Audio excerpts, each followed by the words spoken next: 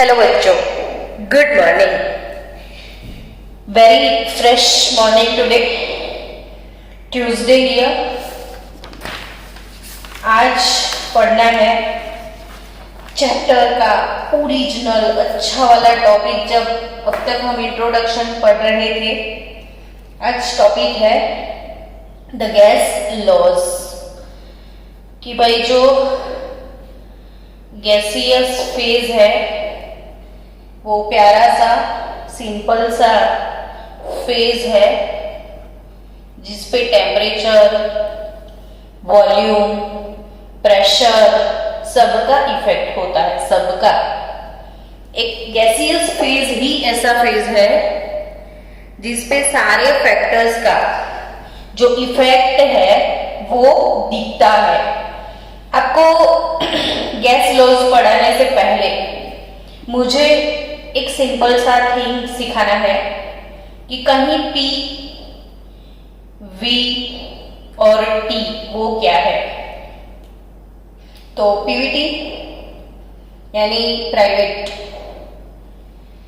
अपना private limited, इसमें P जैसे ही आप P ऐसा बोलते हो तो याद आ जाना चाहिए कि P यानी प्रेशर, V यानी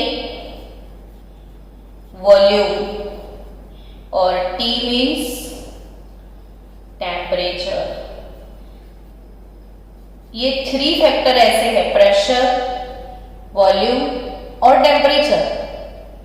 तीनों का इफेक्ट सबसे ज्यादा अगर कोई स्टेट पे होता है, फिजिकल स्टेट पे, तो वो गैस और गैसियस फिजिकल स्टेट है। प्रेशर जनरली बार यूनिट में होगा या मिलीमीटर में भी हो सकता है या एटमॉस्फेयर में या टोर। आगे मैं सिखाने वाली हूं, बट फिर भी प्रेशर तो बार, मिलीमीटर, एटमॉस्फेयर, टोर ऐसे यूनिट में प्रेशर को मेजर किया जाता है। वॉल्यूम की बात करें तो वॉल्यूम जनरली ml में होता है, लीटर में होता है, मीटर क्यूब में होता है, डेसीमीटर क्यूब में दिया जाएगा या सेंटीमीटर क्यूब हो सकता है। तो millilitre, litre, metre cube, decimetre cube, centimetre cube, ये सारे वॉल्यूम के यूनिट्स है। और टेम्परेचर ऑब्वियसली आपको पता है डिग्री सेल्सियस और डिग्री फ़ारेनहीट और केल्विन। केल्विन जो कि एब्सोल्यूट टेम्परेचर है। यही चैप्टर में हमको पढ़ना है कि डिग्री सेल्सियस को केल्विन में कन्वर्ट करने के लिए 273 को क्यों ऐड किया जाता है। तो ये तीनों जो फैक्टर है, प्रेशर, वॉल्यूम और टेम्परेचर, सबसे पहले मैं बात करने वाली हूँ गैस लॉज दिए किसने थे। देखो, ये है Robert Boyle uncle. Robert Boyle uncle, आप गूगल पे उनकी बायोग्राफी सर्च कर लेना। रॉबर्ट बॉयल के बाद गैलिलियो एक अंकल है, गैलिलियो एक, रॉबर्ट बॉयल और फिर चार्ल्स केल्विन। तो चार्ल्स केल्विन कैसे दिखते हैं, गैलिलियो से कैसे साइंटिस्ट है, रॉबर्ट बॉयल, इन सब ने मिलके ये सारा रिसर्च किया और आपको अभी पढ़ना है। इन्होंने बहुत मेहनत की है, हमको सिर्फ बाय हार्ट करना है। कितना अच्छा है ना। तो बॉयल अंकल, गैलिलियो से अंकल, हम कितने लॉज ये वाले चैप्टर में पढ़ने वाले हैं। तो सबसे पहले Boyle's law, Charles law, then Galileo से,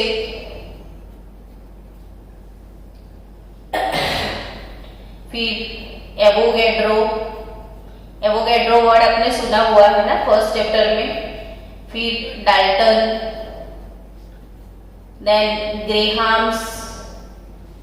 तो इतने सारे साइंटिस्ट का जो एक्सपेरिमेंट है, मेहनत है, रिसर्च है, वो सब हमको हमारी CPU यूनिट है जो ब्रेन, उसमें ये सारी थियरी सेव करनी है। अभी से शुरू कर लो, समझ लो कि इतना कुछ तो हमारे सीपीयू में हमको डालना ही है। तो आपका सीपीयू परफेक्ट बना रहे तो धीरे धीरे धीरे हम वो सारी थियरी उसमें सेव करने का ट्राई करते हैं। चलो, सबसे पहले एक शॉर्टकट ट्रिक कि जो बॉयल, चार्ल्स और गैल्यूसे, ये तीनों लॉज जो है, इन तीन लॉज के लिए जो स्टेटमेंट है, वो स्टेटमेंट कहीं भी कभी भी आप जहां बैठे हो वहां याद कर सकते हो, बोल सकते हो। इसलिए एक शॉर्टकट ट्रिक सिखा रही हूं कि अपना ये जो ट्रायंगल है वो प्राइवेट ट्रायंगल है, अपना प्राइवेट प्रॉपर्टी है, पीवीटी लिमिटेड। कोई भी पीवीटी लिमिटेड, प्राइवेट लिमिटेड, ऐसा वर्ड आपने बहुत बार सुना है। तो पीवीटी, ट्रायंगल पीवीटी। अब बोचागे, बॉयल, बॉयल के बाद होगा चार्ल्स, बॉयल फिर कौन, चार्ल्स और देन गैल्यूसेक, बोचागे, बोचागे, Boyle, Charles, Gay Lussac, PVT. I think आप ध्यान से देख रहे हो तो इतना चीज तो आपके दिमाग में कंप्लीटली फीडअप हो चुका होगा, है ना। आंख बंद करो तो भी दिखेगा, पीवीटी, बोचागे, बॉयल, चार्ल्स, गैल्यूसेक। नाउ ये मैंने क्यों लिखा, तो ये बॉयल्स लॉ जो है, तो बॉयल अंकल ने प्रेशर और वॉल्यूम के बीच का रिलेशन एक्सप्लेन किया है। जब प्रेशर और वॉल्यूम का रिलेशन की बात आती है तब टेम्परेचर कांस्टेंट हो जाता है। पीवी इज वर्किंग तो पीवी के सामने T is constant. If VT is working then pressure constant. If PT is working then volume constant. सामने वाला कांस्टेंट हो जाएगा। तो कब क्या कांस्टेंट रहेगा वो समझ में आ जाता है। बीच में लिख दो fixed amount of gas, fixed amount of gas, ठीक है।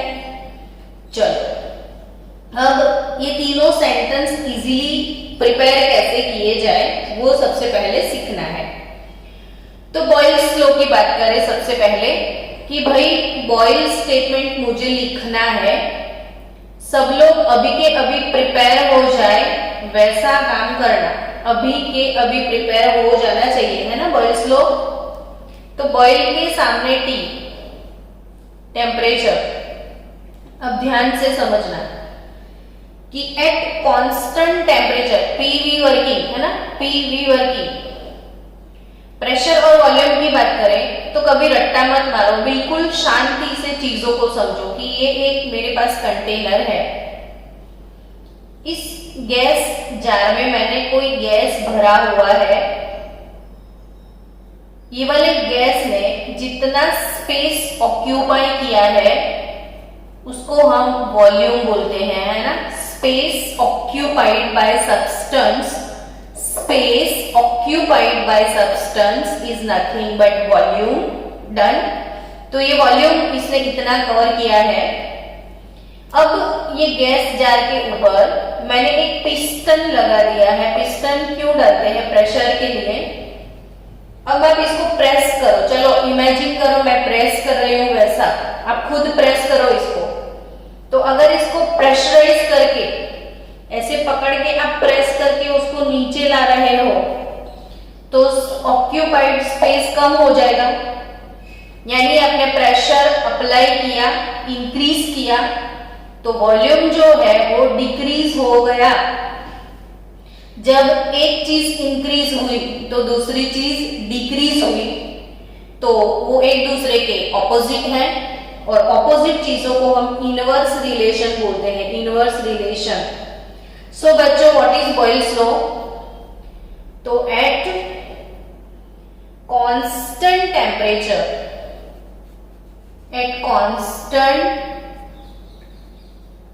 टेम्परेचर, देखो एट P और V वर्किंग, टी कांस्टेंट, तो एट कांस्टेंट टेम्परेचर समझना, एट कांस्टेंट टेम्परेचर ये रिलेशन है P is inversely proportional to its volume. Done.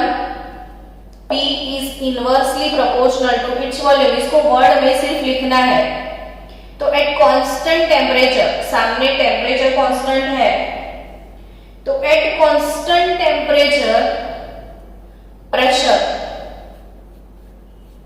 किसका प्रेशर? तो गैस का, है ना। टेम्परेचर कांस्टेंट था, सो एट कांस्टेंट टेम्परेचर, अभी प्रेशर तो किसका प्रेशर? तो pressure of fixed amount of gas. At constant temperature, pressure of fixed amount of gas, pressure of fixed amount of gas varies inversely with its volume. Pressure of fixed amount of gas is inversely proportional to its volume. कितना easy सा sentence है boil uncle का।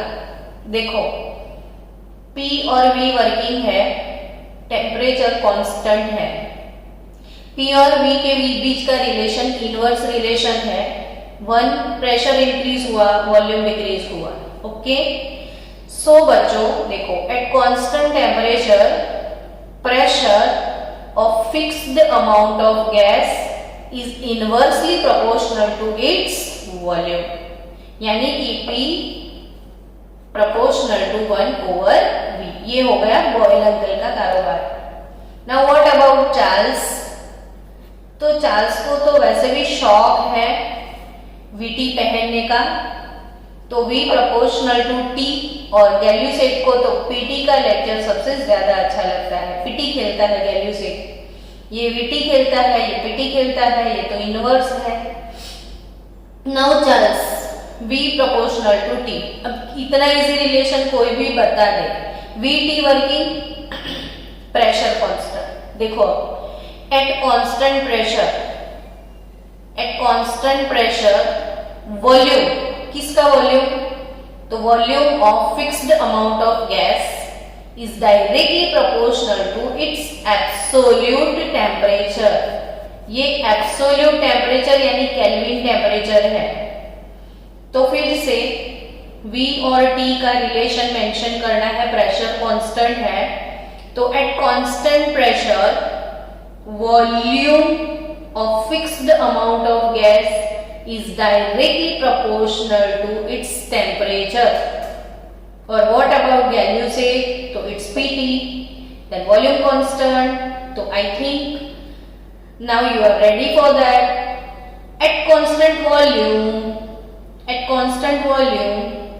pressure, किसका pressure? तो pressure of fixed amount of gas is directly proportional to its absolute temperature।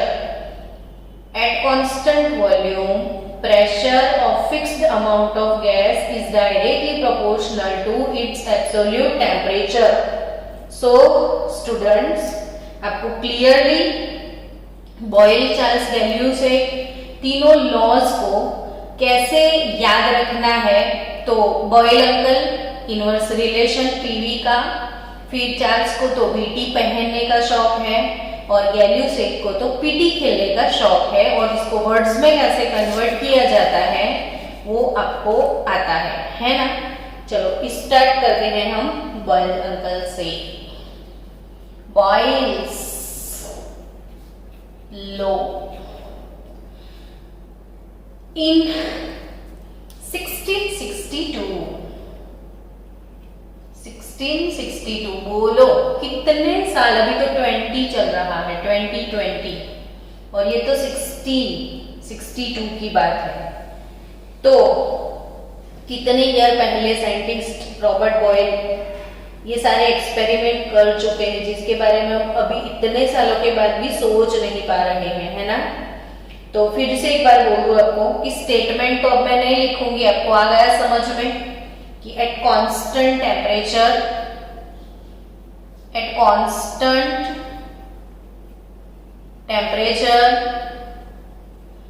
pressure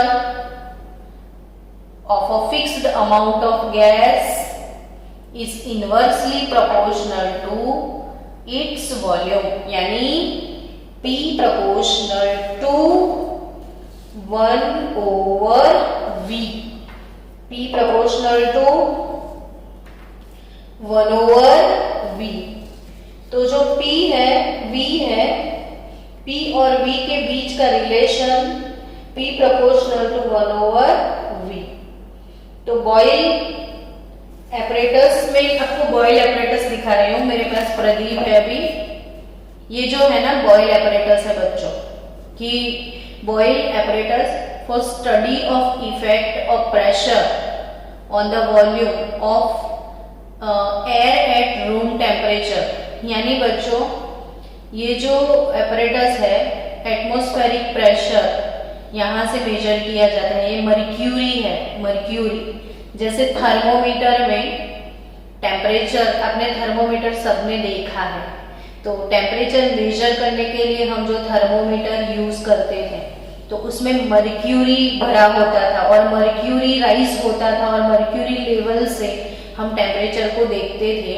वैसे ही अगर pressure को major करना है तो बैरोमीटर चाहिए, बैरोमीटर। और प्रेशर एपरेटस जो है इसमें भी मर्क्यूरी ही होता है। तो प्रेशर एपरेटस ये तो इसीलिए कि ये चीजें अगर आप सब देखोगे तो पढ़ाई में मजा आए, रट्टा रट्टा सा क्या करने का। तो आज वीडियो गूगल पे खंगालना कि भाई हाउ टू मेजर प्रेशर, तो प्रेशर के एपरेटस सब देखना और बहुत अच्छा कोई वीडियो लगे तो मुझे सेंड कर देना, है ना। चलो, तो प्रेशर जो है वो pressure is inversely proportional to its volume. मैं आपको एक चीज बता दूं प्रेशर के बारे में सबसे पहले, कि जनरली प्रेशर की बात कर रही हूं मैं, कि प्रेशर जो है वो मेजर करने का यूनिट एक है एटमॉस्फेयर, ATM। और 1 एटमॉस्फेयर जो है वो 76 सेंटीमीटर वैल्यू होता है। सेंटीमीटर में 1 एटमॉस्फेयर का वैल्यू कितना होता है, 760। और मिलीमीटर में सेंटीमीटर 76 सेंटीमीटर और 760 मिलीमीटर। और टोर में अगर हम लेते हैं तो वो भी 760 टोर रहेगा। क्यों ये यूनिट मैं सिखा रही हूँ, तो आप सम सॉल्व करोगे ना तो इसमें से कोई भी चीज लेके वो रखते हैं तो हमको यूनिट कन्वर्ट करने पड़ते हैं एक दूसरे में।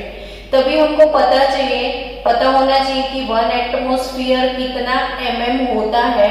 तो 1 atmosphere is nothing but in centimetre 76 centimetre of mercury height और 760 मिलीमीटर ऑफ मर्क्यूरी हाइट। और अगर टोर में लेना है, torr again one of unit of pressure, तो 760 टोर होता है। अगेन प्रेशर का यूनिट नाउअडेज ऐसा यूनिट इट इज बार। तो 1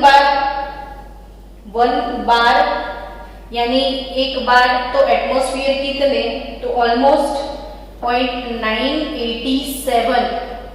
1 बार यानी 0.987 एटमॉस्फेयर होता है। तो 1 एटमॉस्फेयर अप्रोक्सीमेटली सेम होते हैं, लेकिन इतना है 0.987 atmosphere that is equal to 1 bar. या आप ऐसा बोल सकते हो कि 1 atmosphere that is equal to 1.01325 bar, 1.01325 bar. ये जो यूनिट है ना सारे, एक चार्ट पेपर पे लिख के आप अपने रूम में लगा सकते हो, ताकि जब भी आप वो देखो चार्ट पेपर को तब आपको क्लिक हो जाए कि हाँ यस ये चीजें हैं। कई लोग मेरे घर पे पहले आते थे, उनको पता है कि मेरे घर का जो एक क्लासरूम है जहाँ से मैं क्लास लेती हूँ, तो मैंने जितने फॉर्मूलाज थे वो सारे मैंने वॉल पे लिख के रखे हैं। ये पूरा रूम अगर आप देखोगे ना तो वॉल पे सब कुछ आपको लिखा लिखा सा मिलेगा। तो मैं ये नहीं बोल रही कि आप घर की वॉल पे लिख दो, लेकिन आप चार्ट पेपर पे लिख लिख के घर में सब जगह लगा सकते हो कि 1 बार 1 एटमॉस्फेयर, और ये लिखने से आपके कंसेप्ट क्लियर हो जाए कि हाँ ये सारे ऐसे यूनिट्स हैं। दूसरी चीज, प्रेशर का यूनिट पास्कल भी है।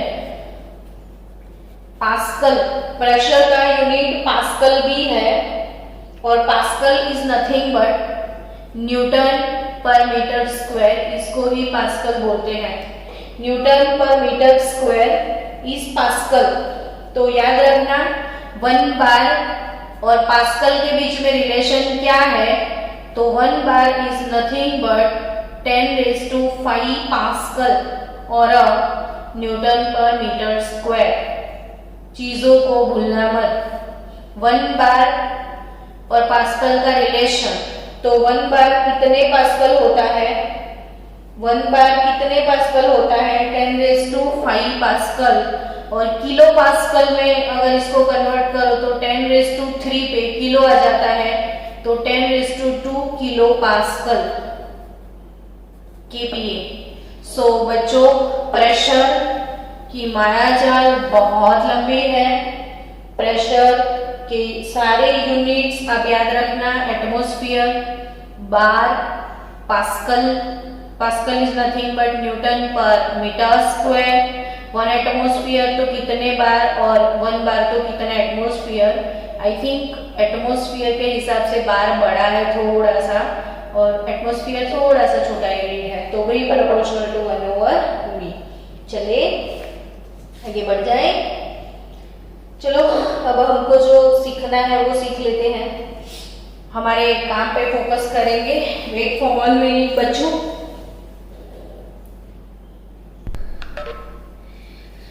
Boils law, P proportional to 1/v, यानी बच्चों P is equal to, proportionality जब हटाई जाती है तो एक कांस्टेंट को ऐड किया जाता है, यानी P is equal to k/v।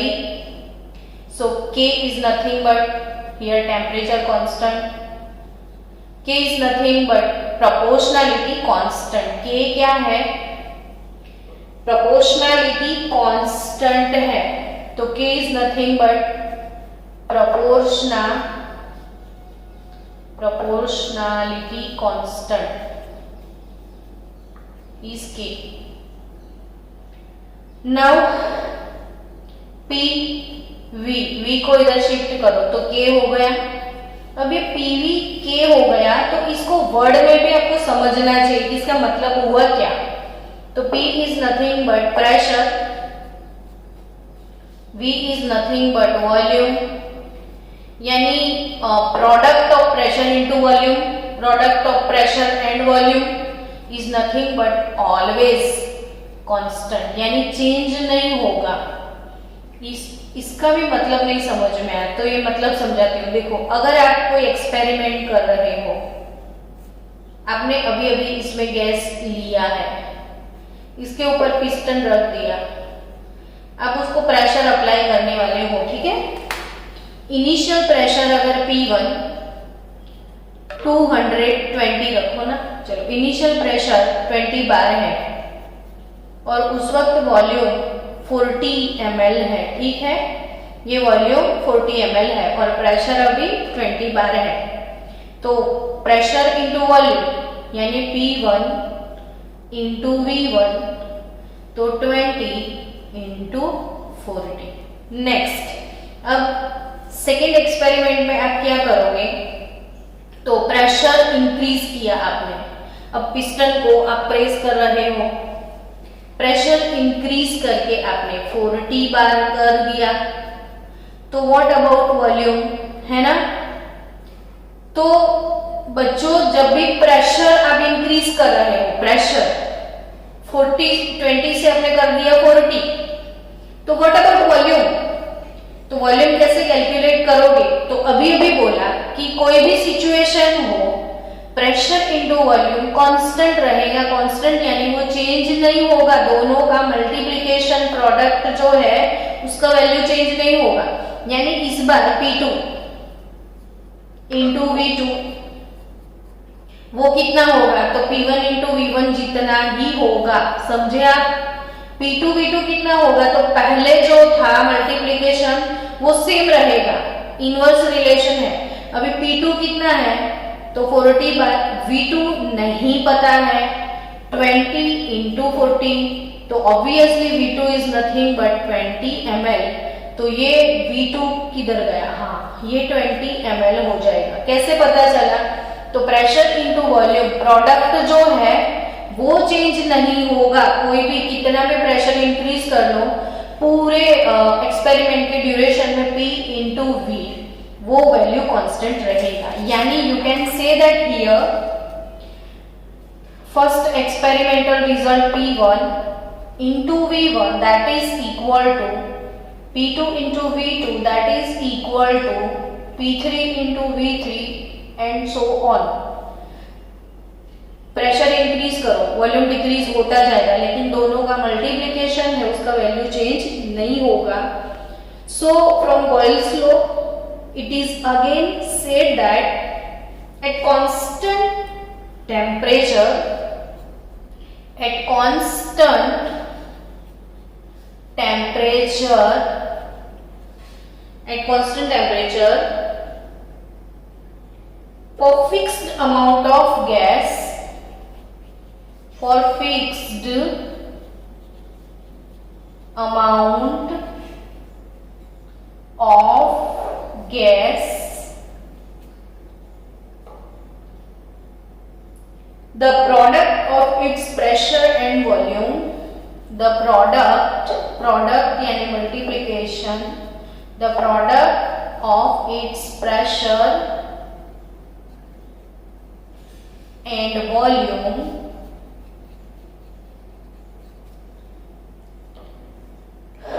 is constant। चलो ये भी आप आराम से बोल सकते हो, मुझे ऐसा लग रहा है, आराम से बोलो कि क्या, तो P into V is equal to constant, उसको वर्ड्स में कन्वर्ट करना है। तो at constant temperature for fixed amount of the gas, sorry for fixed amount of gas the product of its pressure and volume is constant. Done. So students next हम graph की बात करेंगे, लेकिन graph सीखने से पहले और एक चीज मैं आपको बता दूं कि again relation between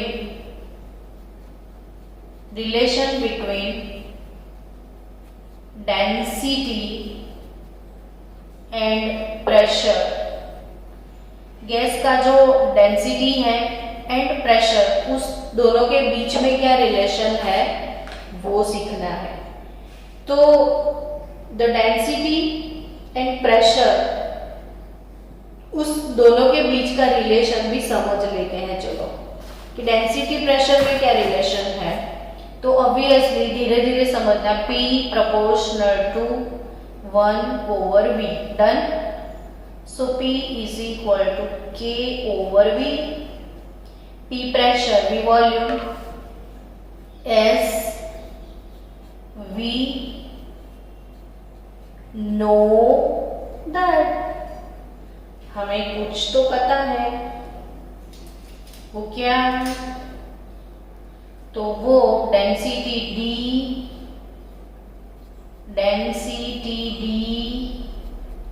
is nothing but mass upon volume, यानी D मतलब mass by volume. So volume is nothing but m by d, volume is nothing but m by d। तो density is equal to mass by volume, तो density is equal to mass by volume and volume is equal to mass by density. Done. Volume is equal to mass by density over, अब बच्चों P is equal to K over V, तो V क्या है m by d, तो P into V is equal to K, but V is equal to m by d, so Pm by d is equal to K, so P is equal to K by m into D. ध्यान से देखो मैंने क्या किया, P m को इधर shift किया तो K by m into D. K तो कांस्टेंट है, कोई भी एक्सपेरिमेंट में किसी का मास कभी चेंज नहीं होता है। आपका मास अगर 40 है और आपके ऊपर कोई एक्सपेरिमेंट हुआ तो मास थोड़ी चेंज हो जाएगा आधे घंटे में आपका। तो mass again it will be constant, fixed amount of gas, ऐसा तो हम बोलते ही हैं। तो mass here constant, K here constant, सारे कांस्टेंट है, तो we can say that D proportional to P। तो अगेन बॉयल अंकल का फ्रूट निकल के आया। डेंसिटी और प्रेशर डायरेक्ट रिलेशन में है। अब इसको भी वर्ड में लिखना है, तो वर्ड्स में कैसे लिखेंगे, चलो ट्राई करो सब लोग। कुछ बॉयल की बात आए तो हमेशा कांस्टेंट होता है टेम्परेचर, तो एट कांस्टेंट टेम्परेचर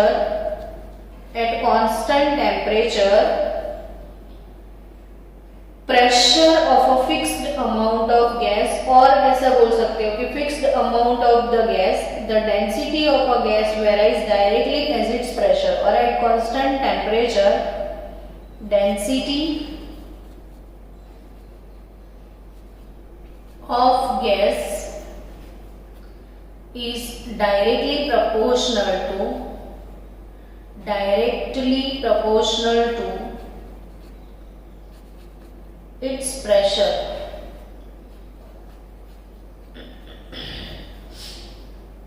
यानी जब प्रेशर इंक्रीज होता है तब डेंसिटी भी इंक्रीज होता है। प्रेशर ये लिख दो ध्यान से, relation between density and pressure, क्योंकि ये सारे रिलेशन से ही तो हमको सम्स को सॉल्व करना है। अगर ये रिलेशंस नहीं आते हैं तो सम्स सॉल्व नहीं कर पाओगे, है ना।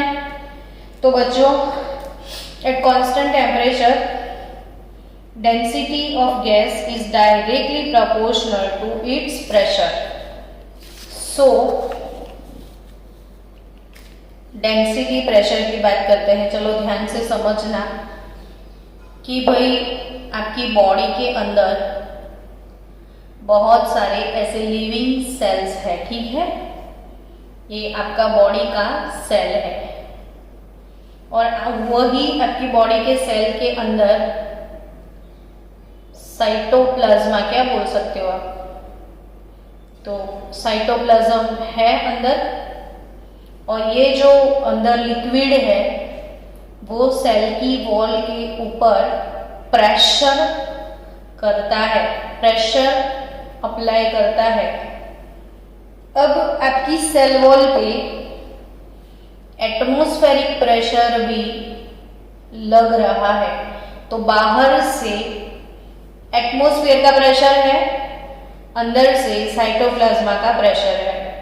अब ये वॉल का होगा तो होगा क्या, तो सिंपली आप सोचो आपके घर में एक डोर है, दरवाजे के इस साइड एलिफेंट है, दरवाजे के इस साइड भी एलिफेंट है, यहाँ से एलिफेंट पुश कर रहा है, यहाँ से भी एक एलिफेंट पुश कर रहा है, दोनों ही एलिफेंट, दोनों की एनर्जी लेवल सेम है, दोनों का मैग्नीट्यूड सेम है, तो वॉल को या डोर को कुछ भी नहीं होने वाला है, ठीक है। तो समझो कि आपके बॉडी के सेल, उसका ब्रस्टिंग नहीं हो रहा है, वो फट नहीं रहा है, वो इसीलिए नहीं फटता है कि अंदर से जितना प्रेशर है उतना प्रेशर बाहर से है, ठीक है। लेकिन जैसे आप माउंट आबू पे गए, हाइट पे, ऐसा नहीं बोल रही कि आप आबू जाओ, लेकिन अगर आप माउंट आबू पे गए और बहुत ज्यादा हाइट पे जा रहे हो, तो जैसे जैसे हम हाइट पे जाते हैं तो एयर जो है वो पतला होता है, यानी एयर डेंसिटी, हाइट के ऊपर एयर डेंसिटी जो है, जैसे जैसे सी लेवल से आप ऊपर जाओगे एयर डेंसिटी डिक्रीज होता है। तो अगर डेंसिटी प्रोपोर्शनल टू प्रेशर बोला जाए तो डेंसिटी डिक्रीज हुआ तो प्रेशर भी डिक्रीज होता है, डेंसिटी डिक्रीज होता है तो प्रेशर भी डिक्रीज होता है। तो माउंट आबू पे प्रेशर 0.5 बार है और सी लेवल पे जहां पे हम हैं वहां पे प्रेशर जनरली आपके आसपास जो एटमॉस्फेयर है उसका प्रेशर है 1 बार, आपके आसपास के एटमॉस्फेरिक प्रेशर है 1 बार। अगर माउंट आबू पे बहुत ज्यादा हाइट पे आप चले गए तो वहां पे एटमॉस्फेरिक प्रेशर है 0.5 बार। अब बोलो कि अंदर तो एलिफेंट है लेकिन बाहर जो है वो एलिफेंट कमजोर हो गया, ताकत चली गई, ये एलिफेंट की बजाय कोई और पतला सा एनिमल आ गया तो ऑब्वियसली अंदर वाला एलिफेंट ये वॉल तोड़ के बाहर आ जाएगा। और इसीलिए जैसे जैसे हाइट पे जाओगे तो आपके सारे जो सेल है बॉडी के अंदर के वो फट जाते हैं, इसीलिए नसकोरी फूटती है। आपने सुना होगा नाक फूटती है, तो नाक के अंदर जो कैपिलरीज है, ब्लड कैपिलरीज, वो सेल काफी वीक होते हैं और बाहर का प्रेशर थोड़ा भी डाउन हो जाए और अंदर का प्रेशर बढ़ जाए तो सारे सेल टूट जाते हैं, इसीलिए ब्लड बाहर आने लग जाता है। तो नाक फूटने का रीजन भी यही है। तो जैसे अगर आप बहुत ज्यादा हाइट पे चले गए, बहुत ज्यादा, जैसे आप एरोप्लेन में जाते हो तो एरोप्लेन में बहुत ज्यादा हाइट पे जाते हो तो एरोप्लेन में विंडो क्यों नहीं खोलते हैं हम? तो विंडो थोड़ी खोल सकते हैं क्योंकि बाहर का प्रेशर बहुत कम होता है। और जब आप प्लेन में सफर करते हो तो प्लेन के अंदर एटमॉस्फेरिक प्रेशर मैनेज किया होता है 1 बार, पूरे प्लेन के अंदर का एटमॉस्फेरिक प्रेशर मैनेज किया होता है 1 बार। तो अब जितनी हाइट पे जाओगे, अगर आप गिर गए एरोप्लेन से नीचे तो बाहर बिल्कुल भी प्रेशर नहीं है और आपके अंदर की बॉडी का प्रेशर आपके सारे सेल को फाड़ देगा, तो आप ऐसे ही फट जाओगे। समझे आप? तो बच्चों यही चीज समझानी थी कि डेंसिटी और प्रेशर तो D प्रोपोर्शनल टू P, यानी D is equal to K into P, तो it is nothing but D by P is equal to K। So it can be said that D1 by P1 is equal to D2 by P2। सब लोग जितने जितने formula अभी आ रहे हैं वो लिखते जाना। देखो बॉयल का एक फॉर्मूला ये याद रखना, D1 upon P1 is equal to D2 upon P2। दूसरा formula P1 V1 is P2 V2। तो सम्स हमको सॉल्व करने हैं, फिर ये मत बोलना कि आपने तो बताया नहीं था, तो मैंने तो बता दिया है, आपने लिखा नहीं है, मेरा नाम लेके होते। चलो, तो ये प्रेशर के दो formula D1 by P1 is equal to D2 by P2 और P1 V1 is equal to P2 V2। अब आपको ग्राफ के बारे में बता दें, फिर नेक्स्ट लेक्चर में कल हम बॉयल के सम्स सॉल्व करेंगे, फिर नेक्स्ट थियरी में जाएंगे। तो बॉयल सम्स आज नहीं हो पाएंगे क्योंकि अभी ग्राफ बाकी है। एनीवेज